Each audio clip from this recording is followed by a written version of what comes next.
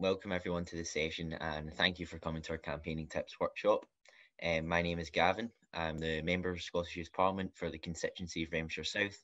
I have chin length, dark brown hair and I'm wearing a white t-shirt. My name's Hannah. I represent Galloway and West Dumfries and I'm wearing a blue hoodie, glasses and I've got brown hair. Before we start this session, I'm going to tell you a little bit about the Scottish Youth Parliament. SYP is a democratically elected voice of Scotland's young people. We've got around 160 members, or MSYPs, aged between 14 and 25. MSYPs have a unique democratic mandate to represent all of Scotland's young people. Our members are elected every 2 years by young people in every constituency in Scotland, plus the 11 national voluntary organisations. Throughout our terms, we advocate for the rights of young people and make sure young people's views are heard in all decisions that affect them. One of the ways we do this is through our national campaigns. Every year, the Scottish Parliament delivers a national campaign which focuses on a major issue affecting young people in Scotland. Over recent years, our campaigns have influenced huge changes for young people in Scotland. Our campaign successes include securing votes for 16 and 17-year-olds in Scottish elections, inspiring the introduction of a Scottish living wage recognition scheme, and strengthening the Scottish mental health strategy. Perhaps most importantly, we have successfully campaigned for the Scottish Government to fully incorporate the UN Convention on the Rights of the Child into Scots law. Our most recent campaign, Pack It Up, Pack It In, aimed to empower young people to speak out and take action to reduce pollution levels in Scotland. You'll hear more about this from Liam Fowley later on today. In this workshop, we'll think about an effective campaigns that have influenced change. We'll also talk about how to build an effective campaign and share some of our tips for campaigning. If you have any questions or comments during the session, pop them in the chat box and we'll try and answer them throughout or at the end. This session would usually last an hour or so today we've just got 20 minutes, so we're going to get stuck in right away. So to start with, we would like you to think of a well-known campaign on an important issue. So write it down on a piece of paper or in the chat box and try to answer the following two questions. What did it aim to achieve? Was it successful? And if so, why? So we're going to give you a minute to do this. If you're watching with a friend or family member, you could discuss it with them and you can let us know your thoughts in the chat box. We're going to set a timer now. See you in a minute.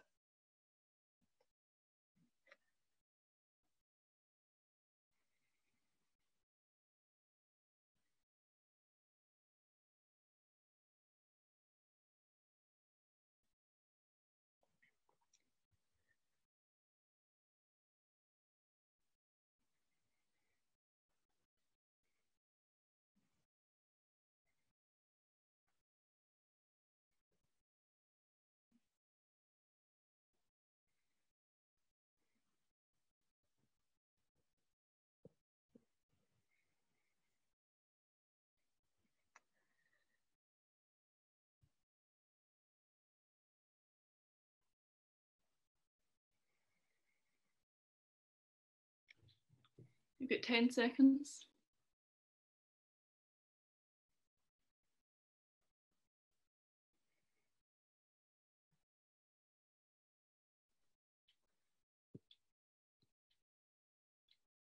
I hope you found that activity useful. As we've seen, campaigns can come in all shapes and sizes, but ultimately a campaign aims to change something. For SYP, it's really important to recognise that even the smallest action can contribute to a huge change. And the more people who are involved in taking small actions, the louder the collective voice can be. Hopefully through today's Marine Conservation Society event, you've collected lots of ideas of actions you can help to protect the environment. We're now going to watch a short video which we recorded to tell you more about how we design SYP campaigns and some of our top tips.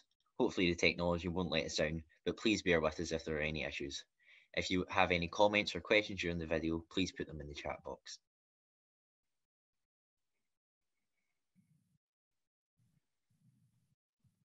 To design SYP campaigns, we use the think, plan, do, review cycle.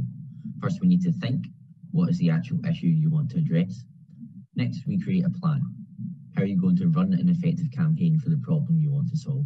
Then we do. What activities are best placed to achieve your objectives? What do you need to do to make these activities happen?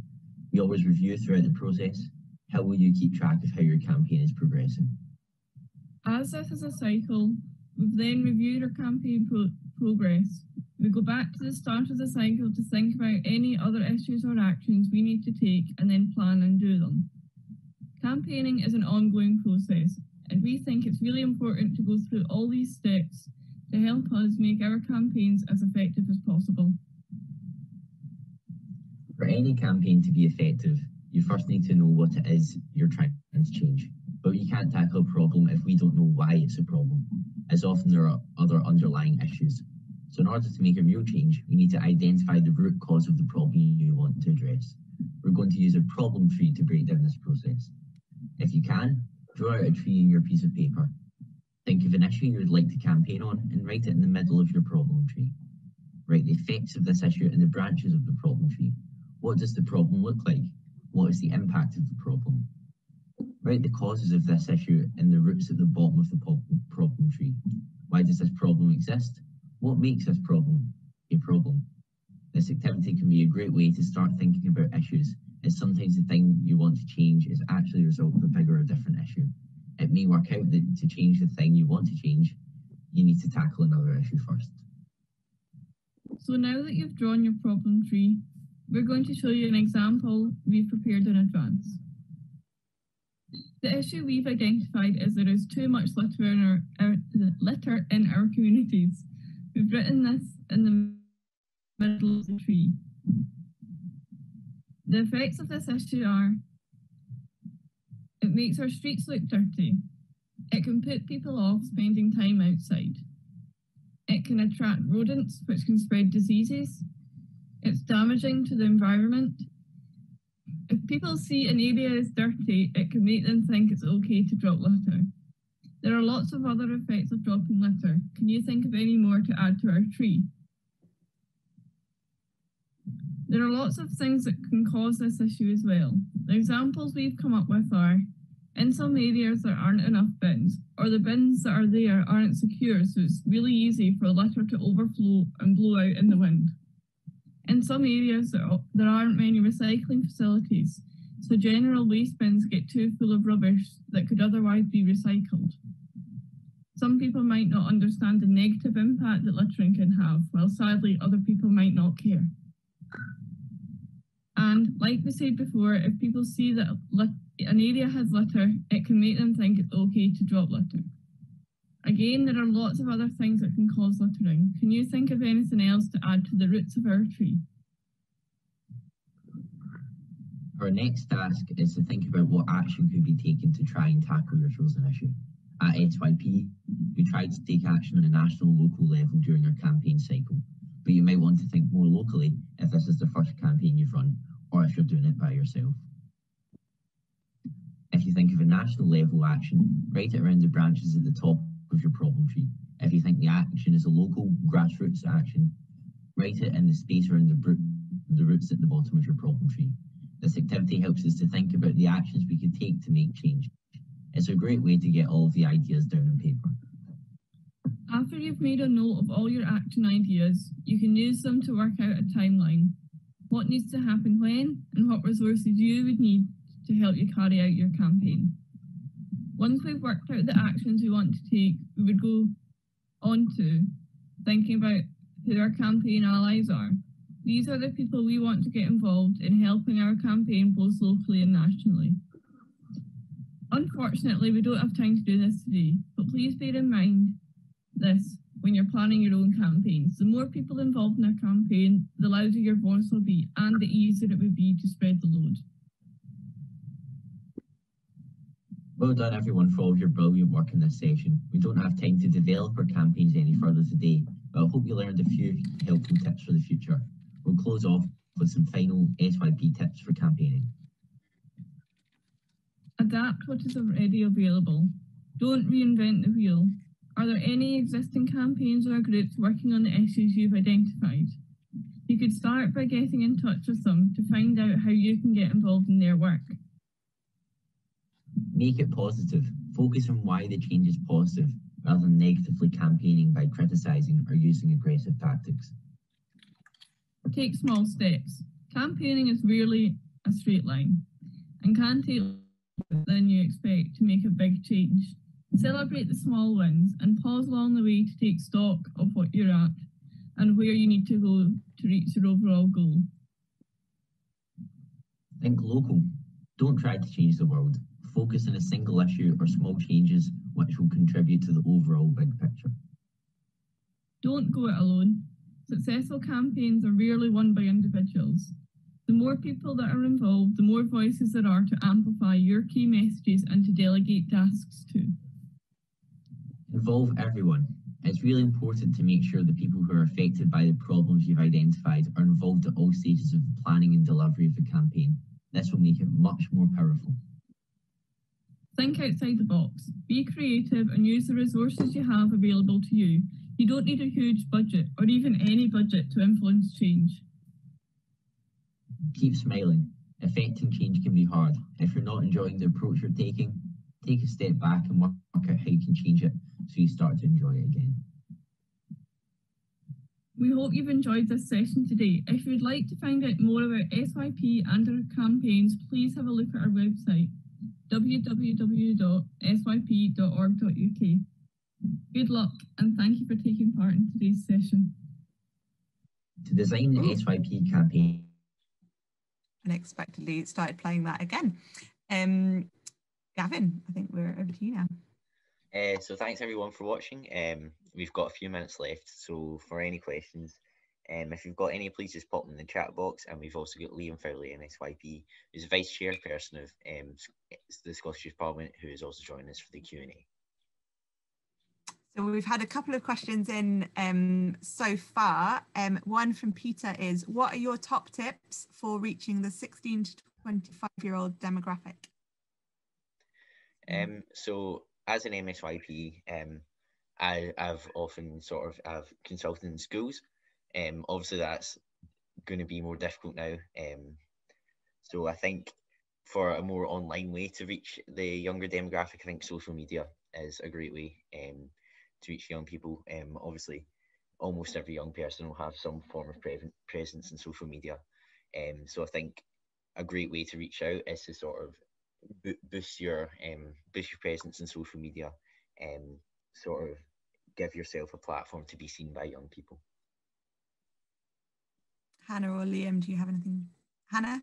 For me, I was going to say, like, I've found a lot of my links with like different youth groups with like people that I know, so like people know people who know people, and I think that helps a lot. So like if you've got yourself out there, then it'll help other people recognize who you are, to then be like, oh, I know someone who might be interested as well. So I found that helps me quite a lot. Well, thanks. Liam, do you have any other top tips? No, no problem. Couple of questions about social media. What are your top social media platforms? What social media platforms do you think people should be using to reach out to young people? I certainly use Twitter a lot. I think Twitter is a great way because you don't just have your reach to the people that follow you. You can through tweets you can be seen by more people, and it's a large social network as well. There's lots of people there, and if they're interested and they see it, they will get involved. Well, certainly that's what my experience has been, and I think that it's certainly very useful, especially because it's such a massive social network as well. There's so many people there to get involved with. I think Instagram as well, because I feel like that's got a huge influence, especially in the younger young people. Yeah, I think like using stories and making it like young people are most young people are like visual. If you see something, they're attracted to it.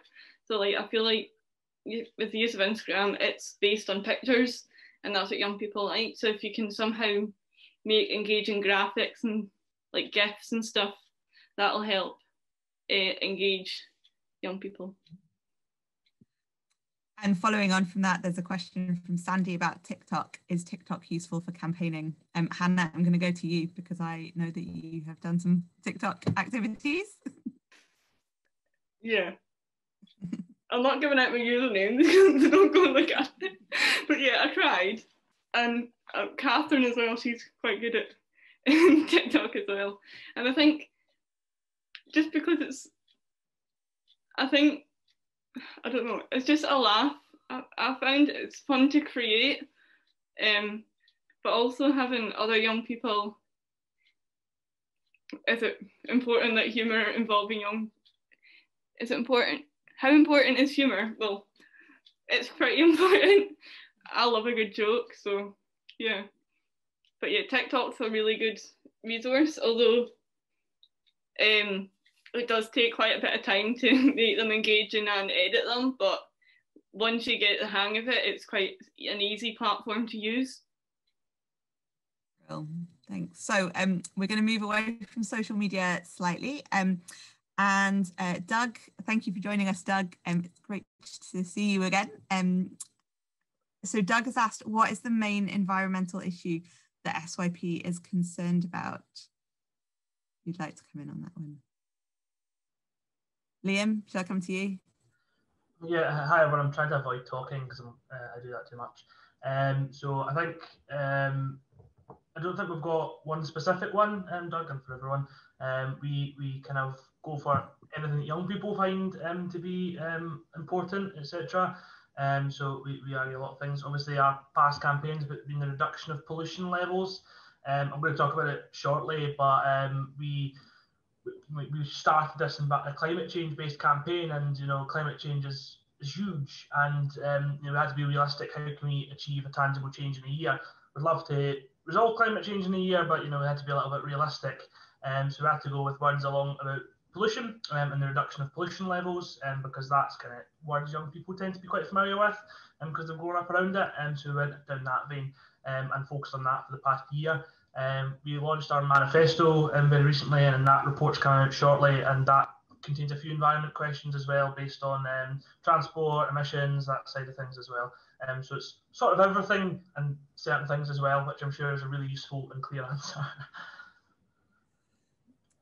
There's just to pick up on the manifesto, there's a lot of information about a lot of the different policy positions that SYP has on our website, and I'm aware we've only got about a minute left. So I have one more question. And again, Liam, I'm going to throw this back to you because I know that you were involved in selecting the campaign name.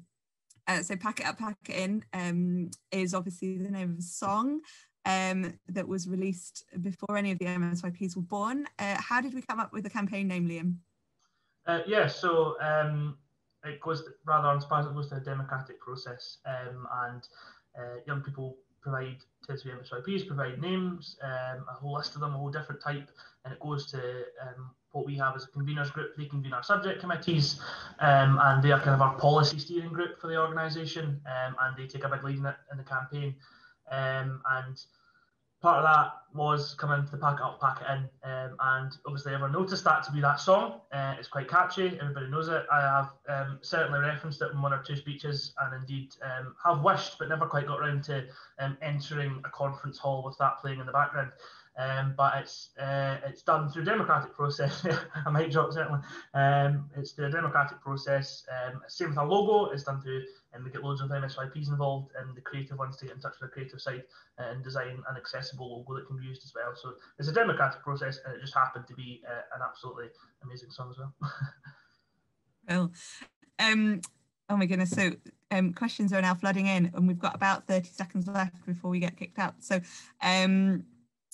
I am going to ask you all in one sentence, Hannah, Gavin and Liam, are you optimistic about our future and why?